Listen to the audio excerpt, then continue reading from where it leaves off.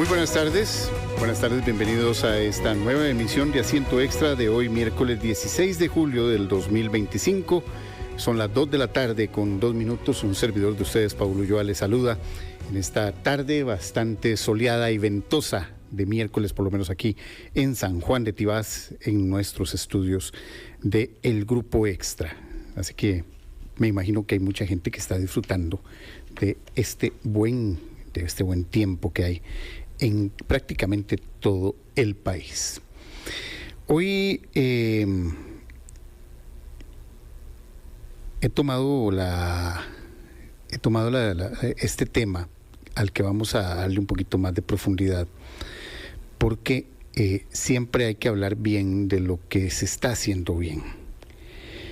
Y hay muchas investigaciones que se están realizando en el país, principalmente investigaciones universitarias, que están cambiando y que están ayudando a mejorar la vida de mucha gente. Y por eso, esta tarde nos acompaña la doctora Melissa Granados Zamora. Ella encabeza un grupo de investigación del programa de posgrado de la Universidad de Costa Rica. Y su investigación permitirá, como en un gran resumen, contribuir a mejorar el pronóstico de los niños con leucemia en Costa Rica. Solo como un dato, pero ya voy a preguntarle con más, porque me imagino tiene más datos que lo que podemos nosotros averiguar con base en las estadísticas oficiales. En el 2023 se diagnosticaron 163 nuevos casos de cáncer infantil, incluyendo leucemias. En el 2024, según los datos oficiales, son 129 casos. Y eso nos llama a la reflexión, porque hay que entender la enfermedad y saber prevenirla y sobre todo detectarla a tiempo. Y por eso, doctora, primero que nada agradecerle que nos acompañe esta tarde para hablar de esa investigación, de ese aporte que usted está dando con su investigación y sobre todo entender un poco la enfermedad, y por lo tanto quisiera que usted nos ayude a entender sobre la leucemia. ¿Qué es la leucemia para empezar? Porque mucha gente dice que es cáncer en la sangre, punto. Claro, bueno, un gusto estar por acá, muchas gracias por la invitación. Realmente para nosotros a la Universidad de Costa Rica siempre es importante transmitir la información. Podemos generarla, pero si no la transmitimos, pues no llegamos al público que realmente es donde queremos llegar. Así que muchas gracias por la invitación. ¿Qué es una leucemia? Como usted bien lo dice, esa es la definición, digamos, más clásica. Es un cáncer en la piel, en la sangre, un cáncer donde nuestros glóbulos blancos, que son nuestras defensas, no están funcionando adecuadamente. Y es porque la fábrica de esas células, que es la médula ósea, que está dentro de nuestros huesos, no está funcionando adecuadamente. ¿Por qué? Porque una célula se volvió un poquito loquita, por decirlo así. ¿Qué le pasó a esa célula? Tiene una afectación genética. Ya es, digamos, un gen que nos afectó a esa célula, se empezó a replicar en grandes cantidades y nos invadió esa fábrica. Así es como le digo yo a mis estudiantes, invade la fábrica de todos nuestros glóbulos rojos, nuestros glóbulos blancos, de nuestras plaquetas, que son lo que produce la médula. Entonces nos quedamos sin esas células tan valiosas dentro de nuestra sangre que la necesitamos. Y aparte de eso está reproduciéndose en gran cantidad una célula maligna, que es la célula que entonces llamamos cancerígena en este caso. Entonces, ¿qué le pasa a estos chicos con leucemia? Se empiezan a enfermar más fácil, les empiezan a doler los huesos, les empiezan a aparecer moretes sin ninguna razón porque las plaquetas no están funcionando, se enferman porque sus glóbulos blancos no están funcionando, sus defensas, y empiezan, algo muy clásico, a sentirse muy cansados. ¿Por qué? Porque tienen anemia porque no tienen suficiente cantidad de glóbulos rojos, porque las 3 líneas se ven afectadas, porque nuestra fábrica no está funcionando adecuadamente por esta célula que está invadiendo. Entonces, como le menciono, no hay ningún signo que sea exacto. Yo a usted le menciono a alguien que se enferma, alguien que tiene moretes, alguien que se siente cansado. Pueden ser muchos signos de muchas enfermedades realmente. Entonces, ¿qué es lo que hay que hacer? ¿Cuándo se acude al médico? Cuando no hay una explicación hacia esto. cuando no hay una explicación del morete, cuando no hay una explicación del por qué está tan cansado, cuando se queja de un dolor de huesos sin sentido, porque sabemos que los niños a veces se quejan de dolor de huesos porque están creciendo, ¿verdad? Correcto. Pero si ya es un dolor muy fuerte, un dolor que no se va, que le das una Panadol, que le das una pastillita y no se te va el dolor, ahí es cuando hay que consultar. Mejor salir de la duda. De hecho, en el hospital de niños tienen un decir que cualquier dolor de hueso es una leucemia hasta que se compruebe lo contrario, ¿verdad? Entonces, son pacientitos de que las personas que los cuidan, los que están más cercanos, son los que tienen que estar encima de esos síntomas y ver si realmente se le resuelve o no. Si se le va ese cansancio, que era porque jugó mucho fútbol esa semana, o no, ese cansancio continúa sin ninguna explicación. Más o menos por ahí anda. Doctora, hay muchos mitos sobre la leucemia. Bastantes. Uno, tal vez el que a uno le decían chiquillo, si usted no come, se le puede crear una anemia y la anemia cae en leucemia. Eso, claro, es un mito y se los digo igual a mis estudiantes. ¿De dónde nace ese mito? De que muchas veces lo primero que se le veía al niño, o que le detectaba la mamá o la abuelita o el papá quien lo estaba cuidando, era que el niño se veía cansado. Es lo primero que le veían. Entonces, claro, tenía una anemia. Pero no era la anemia en sí, era que ya tenía la leucemia. Solo que lo primero que le detectaban en ese momento era el cansancio. Entonces, resonaba con los primitos y los otros amiguitos, mira, este chiquito tenía anemia y como no se cuidó le dio una leucemia. Eso no es así, claramente. Eso fue porque ya el chico tenía la leucemia. Pero lo primero que le detectaron en la familia era que estaba cansado. Hay, igual que en muchos cánceres, en muchos tipos de cáncer, razones hereditarias, motivos hereditarios. A ver, con la leucemia la gran mayoría no va a ser de origen hereditario.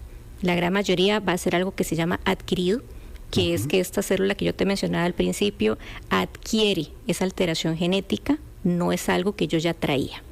Sí, eso sí, hay que hacer un paréntesis porque hay ciertos porcentajes bajos, estamos hablando de menos de un 10% aproximadamente, que sí hay un factor hereditario. Ya se han descubierto genes que se heredan que te aumentan el riesgo, pero es la menor cantidad de leucemias que se desarrollan así, pero ya no podemos decir que no. Sí existe y ya se ha demostrado.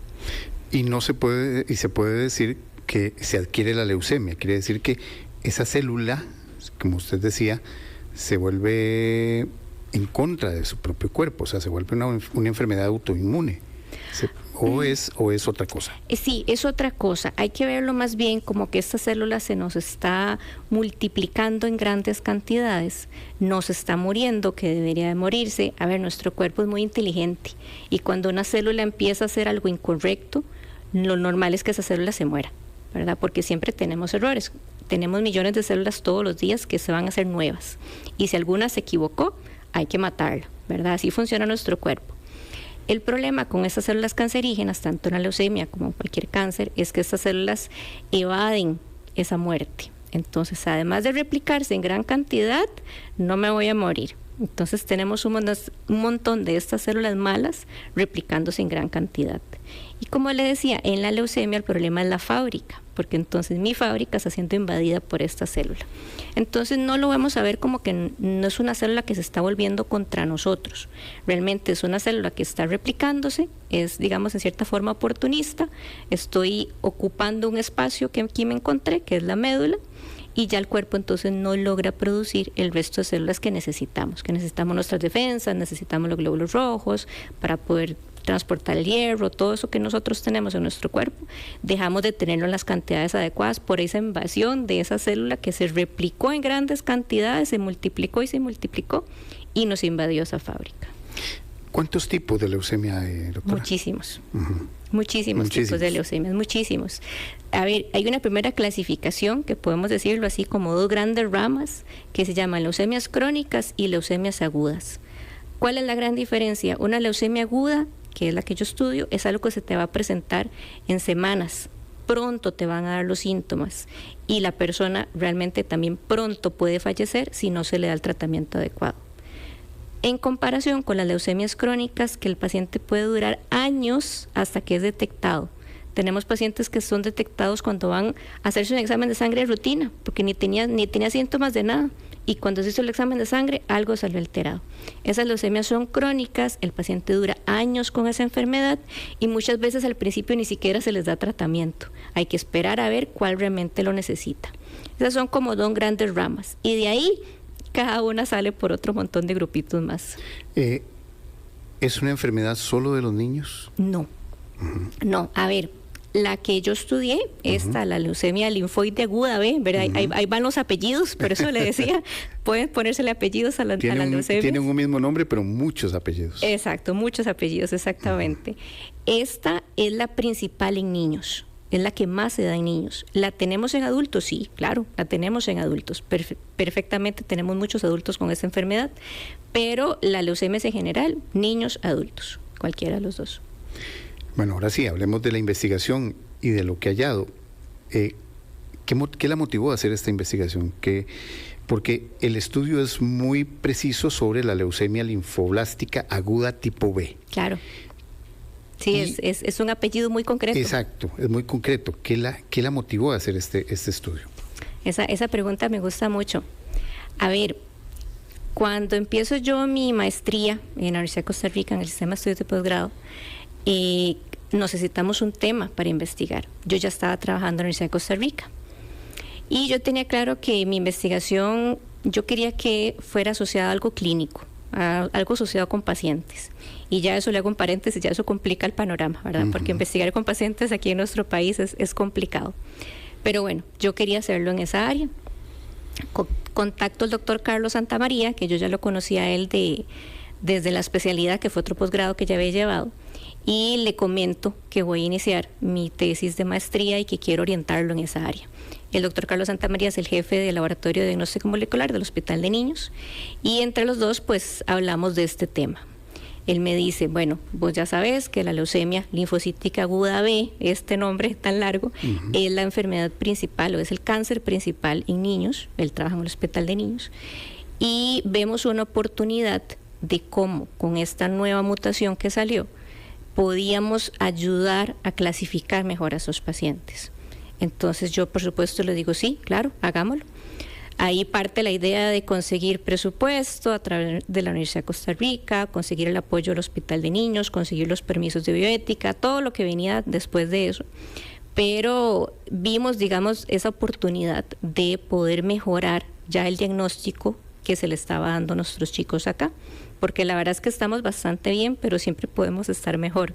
Entonces, eso fue más o menos en el año 2012, donde hablamos de este tema, y de ahí partimos.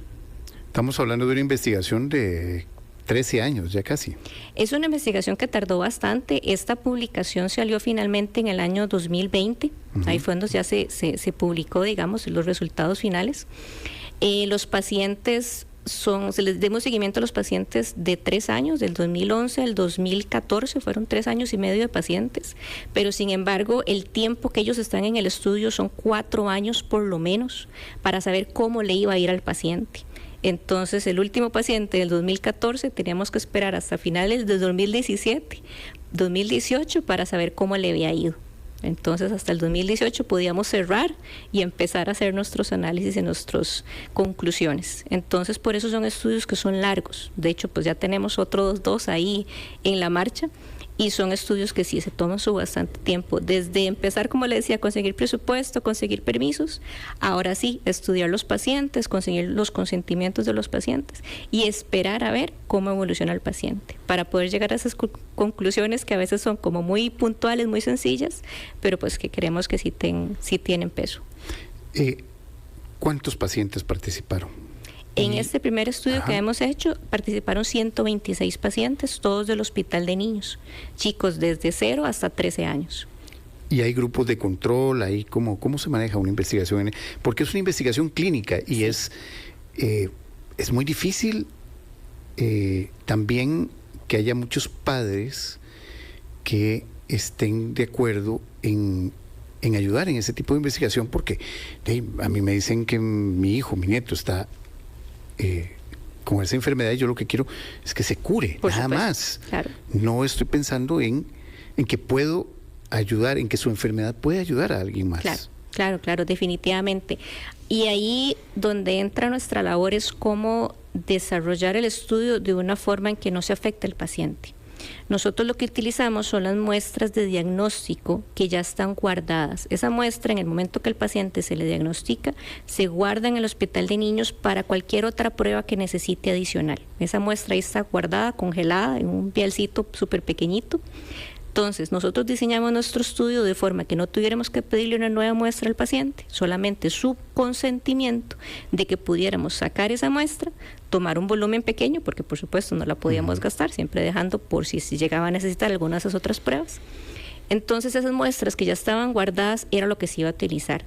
Y yo siento que de esa forma, entonces, los padres de familia, cuando los médicos los mencionaban este estudio, les explicábamos, ellos daban su consentimiento y firmaban, eso era como una forma de que ellos tal vez les quedaba más claro que no estábamos buscándoles jamás un mal y que lo que queríamos más bien era ojalá ayudarles, ¿verdad? Entonces, como no se le iba a tomar una nueva muestra, se le explicaba bien a los papás y inclusive a veces a algunos pacientes, porque ya chicos de 10, 11, 12 ya todo lo entienden perfectamente, también se los explicábamos a ellos y ellos entonces quedaban claros de que iba a ser todo un beneficio, ¿verdad? Que no iba a haber nada, ningún daño adicional y que más bien la información que nosotros tuviéramos iba a llegar a los expedientes de ellos y pues ahí está, ¿verdad? La información de cada uno, que con todos los conocimientos nuevos que vienen, no sabíamos inclusive hasta qué alcance podían llegar a tener los resultados que nosotros les estábamos dando. Entonces así es como se logra. Como usted dice, fácil no es, por supuesto que fácil no es, pero así fue como nosotros fuimos logrando concretar este estudio. 120, me dijo. 126. 126. Sí. ¿Qué encuentra en esa investigación? ¿Hay genes, hay células, hay genes que son los que están provocando esto? Sí, nosotros nos concentramos en 2 genes. Uno fue el que más nos dio resultados. Nos concentramos en un gen en específico que estaba en estas células malignas, ahí es donde se detecta. Y ese gen, ese gen lo tenemos todos, el gen no es el malo. Uh-huh. El problema es cuando ese gen está alterado, que es lo que se estaba encontrando. Que en esas células que estaban dañadas, ese gen estaba alterado. ¿Y qué es lo que nosotros queríamos saber? Primero, si en nuestros pacientes eso existía, porque ni siquiera hacíamos el estudio de ese gen, no sabíamos si estaba alterado o no. Entonces, paso 1, ¿cómo está en Costa Rica? ¿Nuestros pacientes tienen ese gen alterado o no? Bueno, paso 1, nos dimos cuenta que sí. Paso 2, ¿qué es lo que queríamos saber? Si el hecho de que tuviera ese gen alterado a ese paciente le iba a implicar de que le iba a ir peor en su enfermedad. Con eso hago una acotación. Por más que todos los pacientes sean diagnosticados con leucemia linfocítica aguda B, no a todos les va a ir igual. Y esas diferencias es lo que los estudios quieren saber, bueno, ¿cuál le va a ir mejor y cuál le va a ir peor? ¿A cuál le tengo que dar un tratamiento más fuerte y a cuál no tengo que darle un tratamiento tan fuerte? Porque recordemos que eso es quimioterapia. Uh-huh. Yo creo que nadie quiere recibir quimioterapia que no necesita, ¿verdad? Justamente, y mucho menos un niño. Mucho menos un niño que tiene toda su vida por delante. Todos quieren saber exactamente la cantidad exacta que va a necesitar. Entonces, a raíz de esto es que muchos estudios andan alrededor de, bueno, ¿cómo es que este paciente yo puedo saber si le va a ir mejor o le va a ir peor? Este es una de esas señales que nos puede ayudar a saber si este paciente le va a ir mejor o le va a ir peor. Pero bueno, esa era la pregunta que teníamos al principio. Esta alteración, si está presente dentro de unos pacientitos, nos va a orientar para saber si al paciente le va a ir mejor o le va a ir peor. Ahí es donde empezamos el seguimiento. Por eso te digo que hay que esperar a ver cómo le iba al paciente. Entonces podemos hacer los 2 grupos. Un grupo donde no tiene la alteración genética y otro grupo que sí tiene la alteración genética. ¿Podemos ver una diferencia? Sí lo logramos ver. Vimos donde los pacientes que tenían la alteración dentro de la leucemia linfoide aguda eran pacientes que les regresaba la enfermedad, que no respondían bien al tratamiento.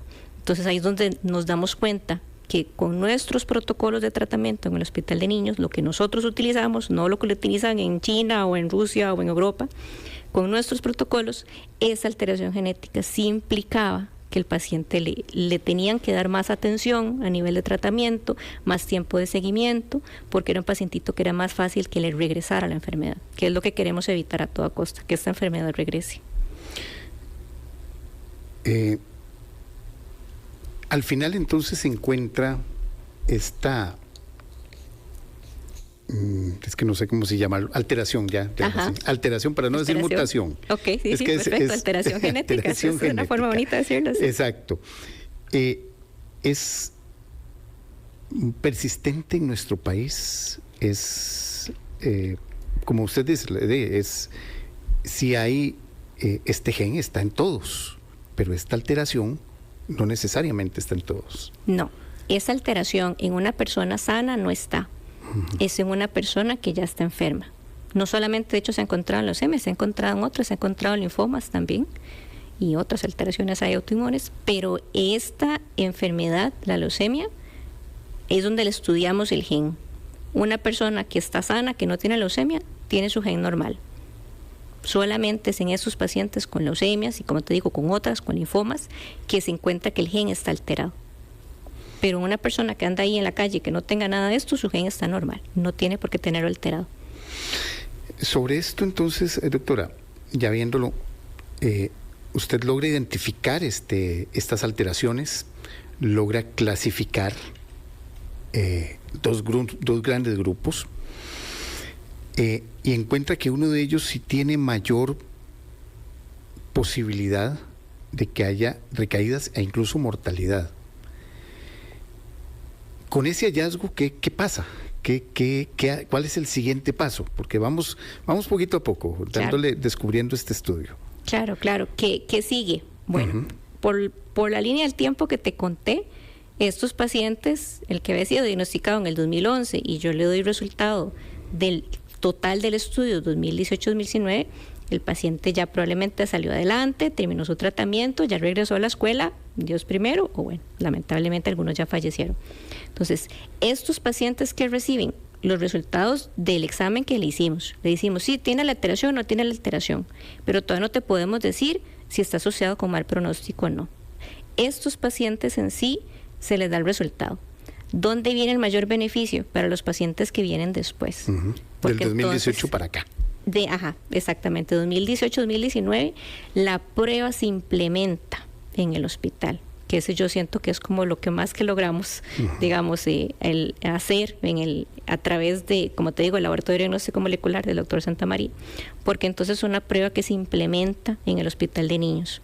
Y ahora, todos los que son diagnosticados con leucemia, se les hace el estudio. Y, muy importante, ya no estamos hablando solo de niños, porque el laboratorio de diagnóstico molecular del Hospital de Niños, que eso es algo que pocas personas saben, llegan las muestras de leucemias de todo el país, adultos y niños, porque la parte molecular, los genes en sí, se estudian en ese hospital, en ese laboratorio. Entonces, la prueba ya no está disponible solo para la población pediátrica, ya está disponible para todos, para adultos. Entonces, los que son diagnosticados con leucemias linfoides, se les hace el estudio de este gen. Entonces, ya a partir del 2018 se hace ese estudio y se puede perfilar mejor el tratamiento para cada uno de los chicos o de las personas. Esa es la idea. A ver, se les da una herramienta más a los médicos, ¿verdad? Que en este caso el grupo de hematólogos del Hospital de Niños, son hematólogos oncólogos del Hospital de Niños, es algo formidable. Entonces se les da esa herramienta adicional para todo lo que ya tenemos, ¿verdad? Porque hay que imaginarse que es como toda una lista entera. Se les da un check más, un puntito más, donde ellos pueden orientarse bueno, este paciente tiene 1, 2, 3. Con ese 3 yo puedo decir, le va a ir mejor, le va a ir peor, ¿verdad? Es darles una herramienta más para que ellos, dentro de la lista que ya hay, puedan ir clasificando mejor a estos pacientes. Y sí, sin duda, yo ya lo he visto, digamos, trabajando de cerca con ellas, en el momento que se dice que el paciente es ícaros positivo, que es como le vamos a llamar a esta alteración, ícaros, cuando se sabe que es ícaros positivo ya llama la atención. Dice, ok, es un ícaros positivo, tenemos que prestarle más atención, ya es un paciente que sabemos que puede ser que recaiga, ya digamos es como esa alarmita, por decirlo así. ¿Por qué ícaro? ¿Por qué? ¿Por qué ícaro? ¿Por qué ícaros? Sí. Bueno, eso viene del gen, ya ese nombre claramente no se lo puse yo. El gen tiene un nombre más divertido, el gen se llama IKZF1. Ícaro se llama la proteína por la cual codifica el gen, ¿verdad? Porque un gen pasa a ser proteína, así funciona. Entonces, ese gen que pasa a ser una proteína que se llama ícaros, y existe ícaros, 1, 2 y varios diferentes ícaros, pero no hay como algo asociado realmente. Fue que en ese momento los nombres que se le empezaron a poner fue de mitología griega, y entonces ahí tenés varios asociados a eso, pero no hay como nada específico en sí. Sí, me llamó la atención pensando en la mitología griega, pero doctora, antes de irnos a la pausa, yo quería preguntarle, bueno, entonces ya este estudio ya está impactando en la medicina y también en algo que se ha vuelto constante en la medicina moderna, que es tratar de personalizar los tratamientos. Sí. A ver, eso sería lo ideal, ¿verdad? Que cada paciente le sepamos absolutamente todas sus diferencias del otro paciente y saber exactamente cómo va a responder mejor. Entonces sí, esta prueba ya está disponible, como te mencionas, es una herramienta más, simplemente es eso, es una herramienta más, pero al fin y al cabo lo que buscamos es eso, es poder clasificar mejor a cada pacientito, cada vez mejor, idealmente ir llegando a ese ideal donde es darle un tratamiento más específico a cada uno. Todavía no podemos darle una pastilla diferente a todos, pero sí podemos diferenciarlos en ciertas ramas para darle diferentes grupos de tratamiento, eso sí. Hay una, pregunto y no sé, a raíz de que el 2018 ya empieza a implementarse, ¿se ha podido que el tratamiento sea más enfocado, más focalizado? Y esto ayude a bajar la cantidad de fallecimientos, por ejemplo. Bueno, eso es una pregunta un poco compleja. Ajá. ¿Por qué? Sí. Porque existen protocolos de tratamiento que no puedes cambiarlos de la noche a la mañana, claramente. Y ese protocolo de tratamiento que ya está establecido todavía no incluye a ícaros. Eso es algo que en los últimos años se ha tratado de ir implementando, tanto aquí como en otros países, ¿verdad? Se ha empezado a ver la importancia del ícaros. Entonces no es algo que cambia de la noche a la mañana, no es algo que ya de una vez tenemos un medicamento nuevo, porque no hay un medicamento específico para la alteración genética aquí ni en el mundo, esta alteración no es tratamiento específico. Pero sí que se ha visto con los médicos hematólogos que ya les prende la alarma y ya por lo menos es un paciente que lo van a vigilar más. Entonces tal vez no le vas a dar ya un tratamiento diferente, pero si es un paciente que lo pasas a un grupo donde le pones, digamos, el signito rojito de ok, va a que darle más seguimiento. Ok. Doctora, son las 2 de la tarde con 29 minutos, 2:30. Qué rápido. Rápido. Sí. Vamos a hacer una pausa. Y al volver, yo quiero que me hable un poquito más de la implementación clínica y también sobre la investigación. Yo sé que usted ya está en mucho proceso de investigación. Es muy difícil investigar en Costa Rica. Bastante. Bueno, vamos a hablar de eso al regresar de la pausa. Perfecto. 2:30 minutos, ya regresamos aquí a Asiento Extra en Extra Radio 92.3. 2 de la tarde con 33 minutos, continuamos en esta emisión de Asiento Extra. Un servidor de ustedes, Pablo Ulloa, les saluda en esta tarde de miércoles, donde tenemos de invitada a la doctora Melissa Granado Zamora. Ella encabeza un grupo de investigación del Centro de Investigación de Posgrado de la Universidad de Costa Rica, y su investigación ha permitido mejorar el pronóstico de los niños con leucemia en Costa Rica. Parte de esas investigaciones positivas que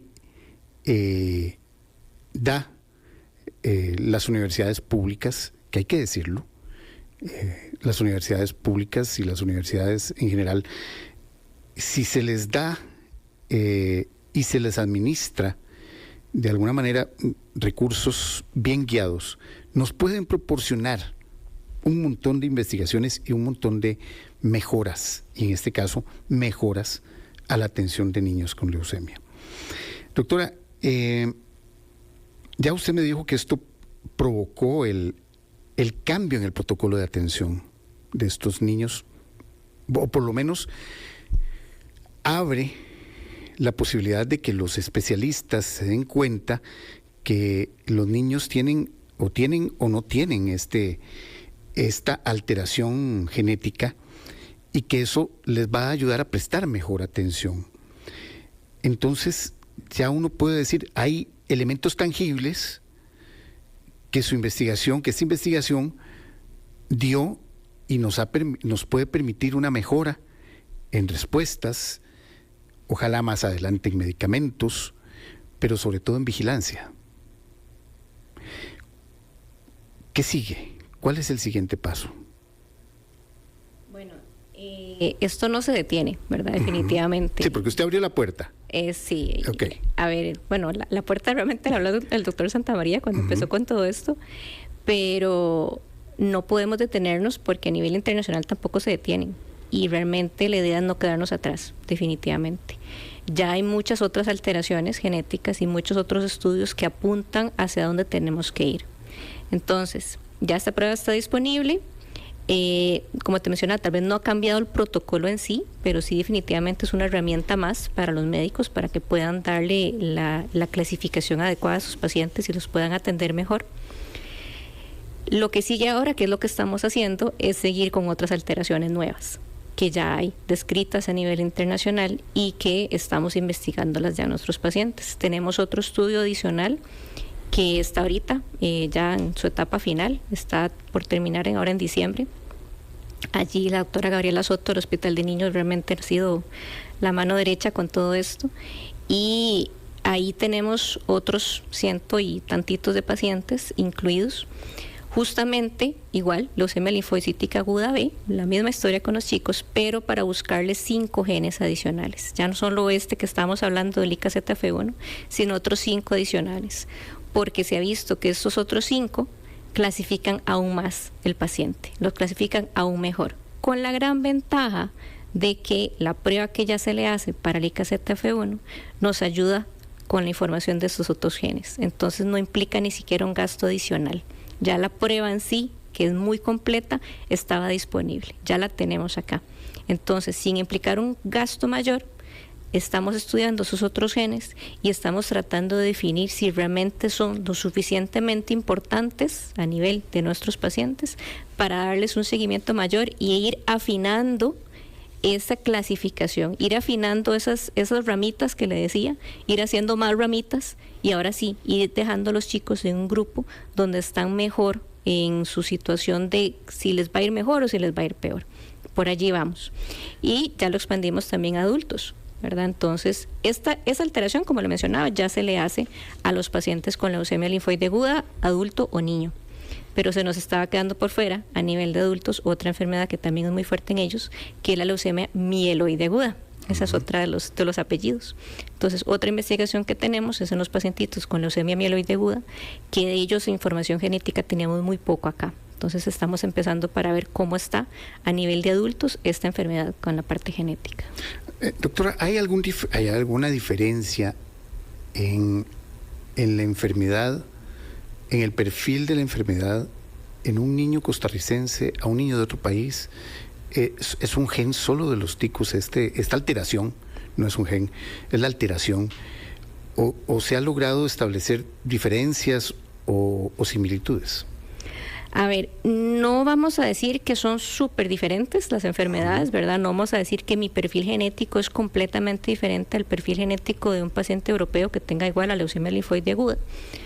Pero sí se ha observado diferencias en los porcentajes de las alteraciones genéticas. Por decirte algo, uno de esos tantos genes que estudiamos estaba más presente en población hispana que en población europea. Entonces, a la hora de hacer nuestros paquetes de rutina, porque no podemos estudiar todos los genes que hay, tenemos que hacer la lista de qué es importante para nosotros, necesitábamos saber qué es más importante para la población hispánica que para la población europea o para la población estadounidense. No vamos a tener los mismos porcentajes. Entonces, sí es importante diferenciar. ¿Por qué? Porque tal vez algún gen que en Europa es muy, muy frecuente, aquí no va a ser tan frecuente. Va a estar, sí, probablemente esté, pero en porcentajes menores. Y va a estar mayor otro gen.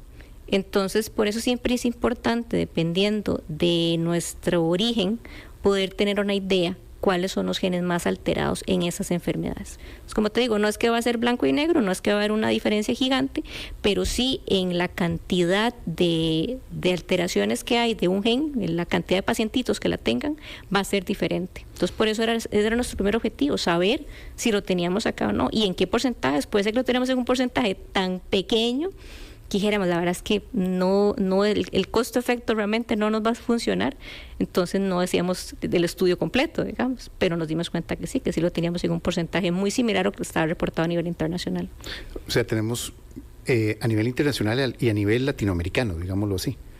Sí, y es que, a ver, a nivel latinoamericano tampoco había tanto, ¿verdad? Tenemos publicaciones a nivel igual de las potencias, digamos, háblese México, Argentina, Uruguay, Brasil, Colombia, pero otros países que no tenemos nada todavía, que ni siquiera la prueba todavía está disponible.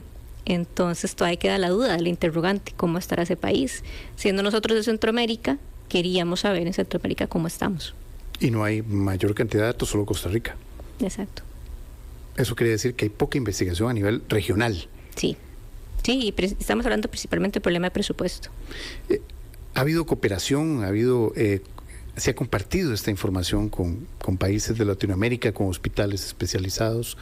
Sí, a ver, bueno, la publicación científica salió justamente por eso, ¿verdad? Se sacan esas publicaciones para que tengan acceso todas las personas a nivel de clínica, de investigación, de cualquier país que lo quieran leer. Entonces ahí están disponibles. Se ha hablado de estos resultados en congresos, se ha hablado en congreso en Colombia y se habló también en el congreso acá en Costa Rica, que vinieron personas de Nicaragua y de El Salvador. Entonces, digamos, ahí se les ha como mencionado los resultados y lo que se ha obtenido. Doctora, ahora que usted me tocó un tema y es, bueno, más allá de la investigación, porque eso ya vamos a entrarle a ese tema. Todo esto tiene un costo. Claro. Todo tiene un costo. Y mucho de este costo está siendo asumido por la Universidad de Costa Rica, en el caso de la investigación, pero ahora que está, o que se está haciendo la prueba, me imagino que está siendo asumido por la caja. Claro, a ver, cuando apenas lo estamos planteando como una investigación, este dinero surge de un fondo especial de Vicerrectoría de Investigación, sin el cual pues no hubiéramos podido comenzar. También con el apoyo del CIATA, que es un centro de investigación de la U, y apoyo de la Facultad de Microbiología. O sea, realmente es un apoyo de varios entes para que se dé. Eso es cuando es algo de investigación y cuando estamos iniciando. De ahí surge el presupuesto para poder sacar esos resultados. Una vez que tenemos los resultados y se puede demostrar que es algo que es útil, necesario, que ya se puede implementar, entonces ahí es cuando se presenta a nivel ya interno de la caja y ellos entonces acceden a montar esta prueba adicional. Entra dentro del costo de rutina, digamos, entonces ya pues obviamente buscarán su proveedor, la forma más económica de poder adquirirla, pero sí ya entra dentro del costo de rutina como cualquier otra prueba de laboratorio que se le realiza a los pacientes. Y entonces también hay que pensar en la metodología que sea desde cierto punto de vista sostenible en un medio como el nuestro. Claro, y de hecho, bueno, con eso me acordó un punto importante de esta investigación, porque nosotros utilizamos dos formas de detectar el resultado. Y una de esas formas era más barata, pensando justamente en eso, en tener una forma más sencilla y más fácil de obtener los mismos resultados que la forma un poco más cara. Lo hicimos en el sentido de poder comprobar si teníamos los mismos resultados de las dos formas, y pensando en países que la versión cara iba a ser, digamos, inaccesible. Entonces, comprobamos que de hecho obteníamos prácticamente los mismos resultados con las dos técnicas y que países que entonces veían la otra forma muy cara, podíamos hacer la versión más barata. Entonces, mi tutor de tesis, de maestría y ahora de doctorado tiene una forma de decirlo, es tropicalizarlo. Es tropicalizar las técnicas que hay para que sean accesibles para nosotros. Entonces sí, en el estudio hicimos eso y comprobamos eso, que la forma que era un poco más accesible a nivel económico nos daba iguales resultados que la forma más cara. Entonces logramos eso, ¿verdad? Que ya las personas tengan en un estudio científico, digamos, con pruebas de que sepan de que la otra forma también se puede utilizar a nivel de laboratorio. Y eso permite además que sea asumido este costo por la seguridad social. Claro, exacto.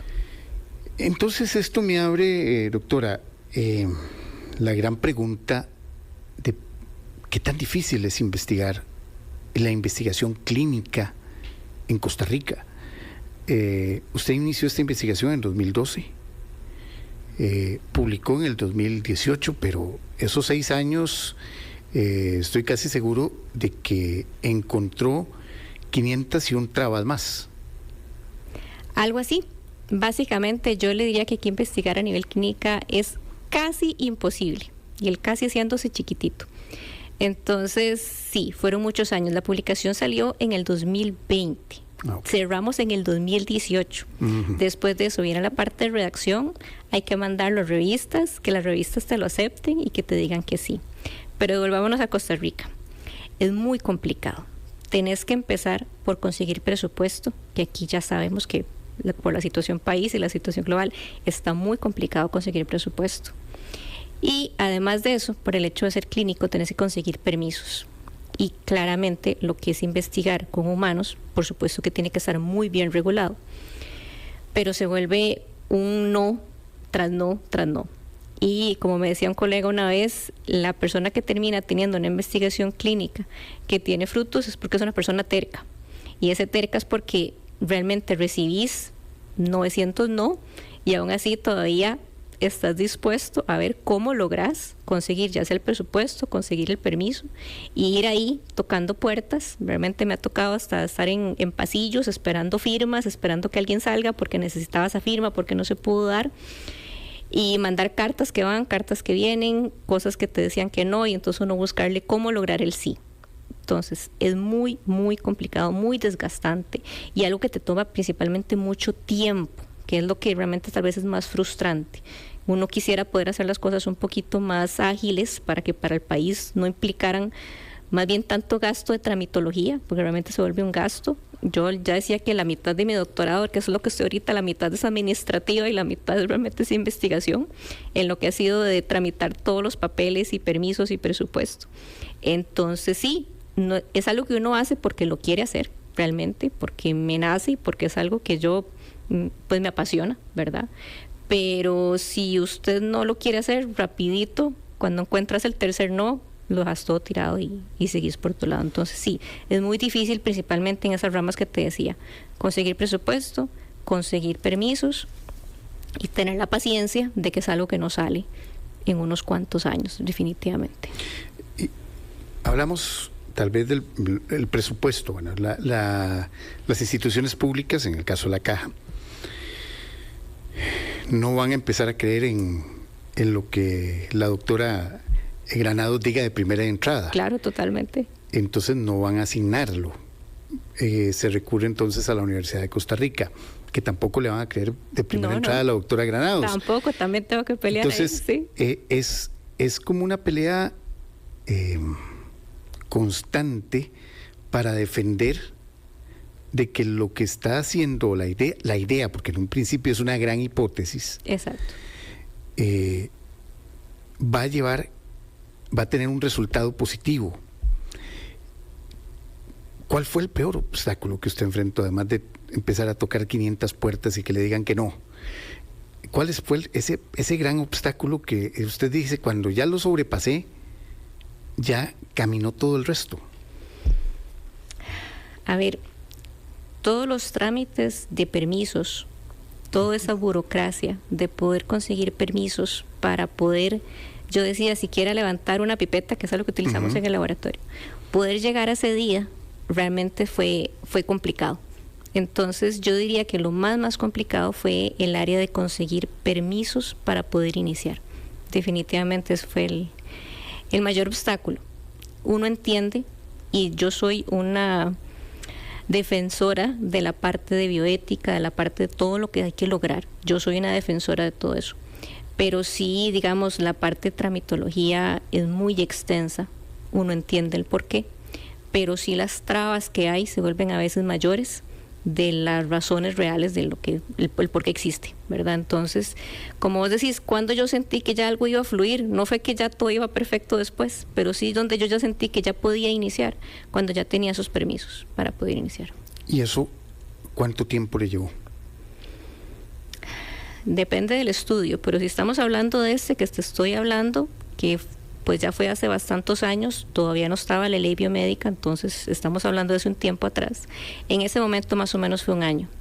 De los estudios que tengo nuevos, donde ya tenemos ley biomédica, donde ya surge lo del convenio CR Caja, donde surgen otras trabas, uno de los estudios me tardó 2 años en siquiera poder empezar a decir, bueno, ya ahora sí, voy a empezar a comprar reactivos y voy a empezar a traer los pacientes. ¿Cuánto de eso precisamente? Porque la ley bioética es del 2010, 2011.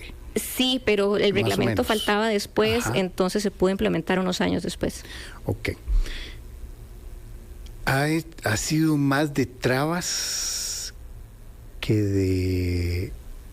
Está bien, yo entiendo que hay que tener controles y hay que tener un respeto absoluto sobre todo por la vida, pero ante todo del paciente y de todo pero ha puesto más carga sobre los investigadores que facilitar de alguna manera la investigación.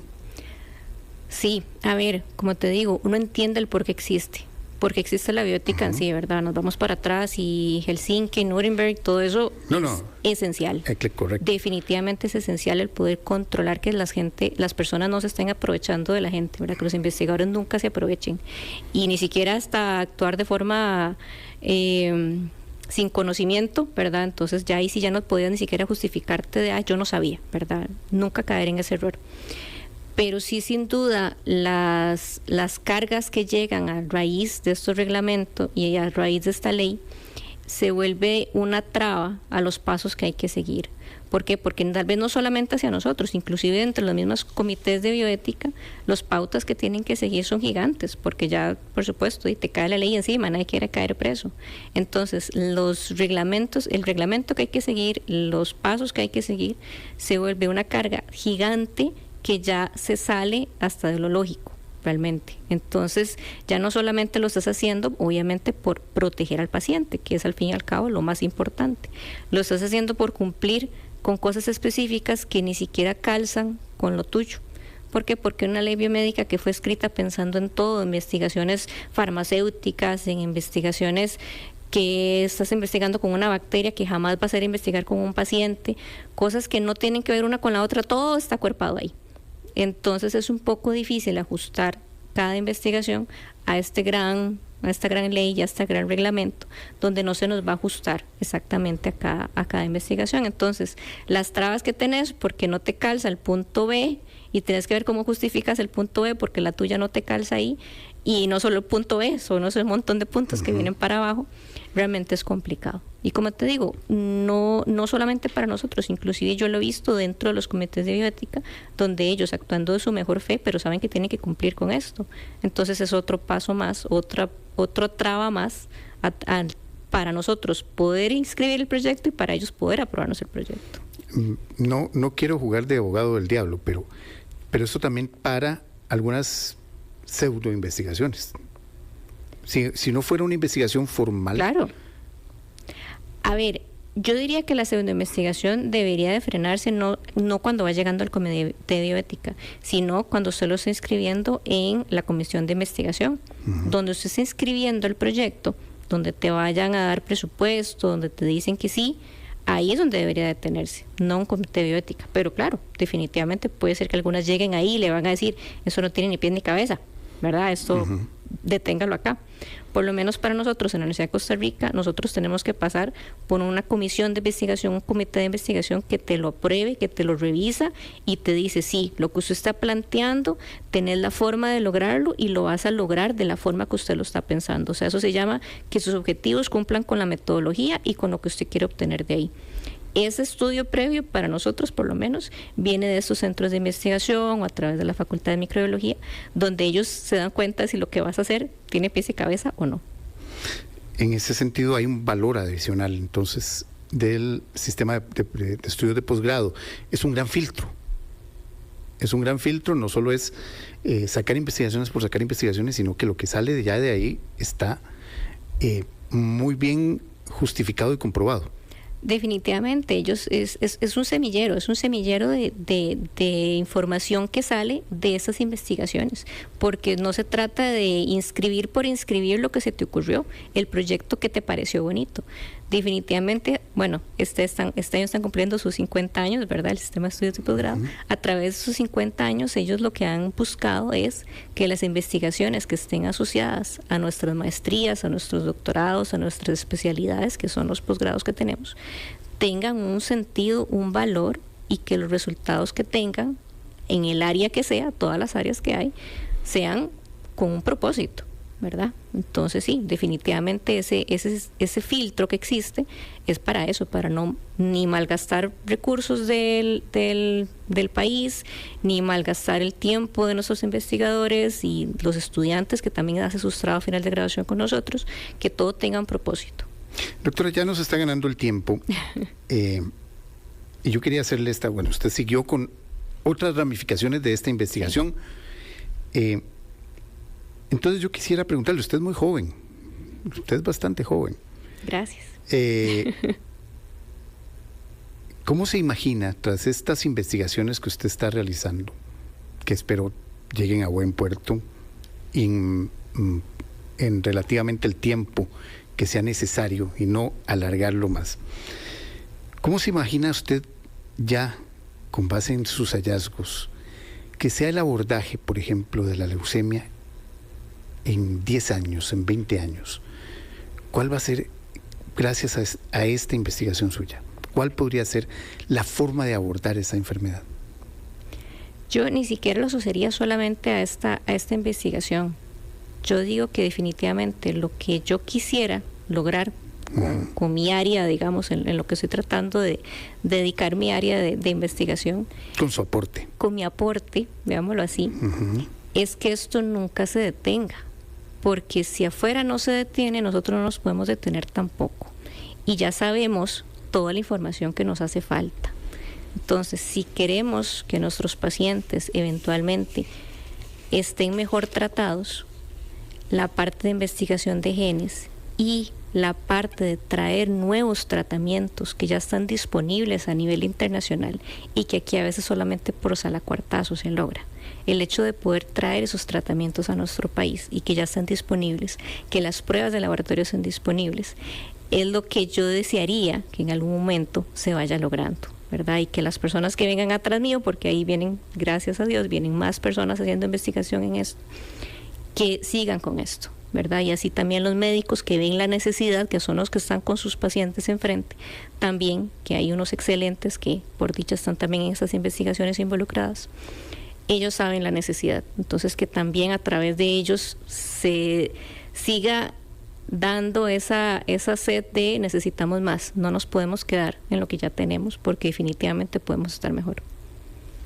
Doctora, muchas gracias, la doctora Melissa Granados Zamora, por habernos acompañado aquí en Asiento Extra. Nos explicó muchísimo y nos ha dado también perspectiva sobre la situación de la investigación clínica, no solo de la leucemia, sino de muchas cosas que yo creo que se está trabajando ya en diagnóstico, en clínico, en biológico, en medicamentos. Hay muchas cosas que ya se están trabajando, pero que necesitan un poquito de impulso para que nuestros niños, nuestros pacientes, los pacientes costarricenses, que al fin y al cabo también uno va a llegar a ser paciente de alguna manera, tenga una mejor calidad de vida. Gracias, doctora. No, muchas gracias por la invitación, muy agradecida. Y gracias a ustedes, amigos, por habernos acompañado hasta aquí esta emisión de Asiento Extra. Muchísimas gracias. Le invitamos a que mañana nos siga acompañando a partir de las 2 de la tarde en otra emisión de Asiento Extra por los 92.3 FM de Extra Radio. Muy buenas tardes.